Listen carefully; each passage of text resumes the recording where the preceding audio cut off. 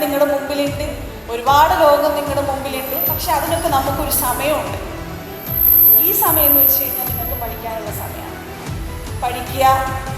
ഇപ്പോഴത്തെ പഠിത്തം മാത്രമല്ല, ഈ ആൽഫൈനെ പറ്റി പറയുകയാണെങ്കിൽ തന്നെ ഞാൻ ഈ സ്കൂളിനെ പീരീഡ് എനിക്ക് അയച്ചു തരാൻ പറഞ്ഞപ്പോൾ വീണ്ടും അയച്ചു തന്ന കുറേ കാര്യങ്ങളുണ്ട്.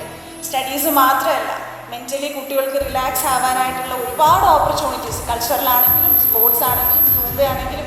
ഞാൻ എനിക്ക് സൂംബയൊക്കെ സ്കൂളിൽ കൊടുക്കാറുണ്ടോ എന്നാണ് ഞാൻ വിചാരിച്ചത്. അപ്പോൾ അത്രയും ഓപ്പർച്യൂണിറ്റീസാണ് നിങ്ങൾക്ക് പേരൻസ് ആണെങ്കിലും ടീച്ചേഴ്സ് ആണെങ്കിലും അവരുടെ ഗൈഡ് ലൈൻസിൽ നിങ്ങൾക്ക് തരണത്.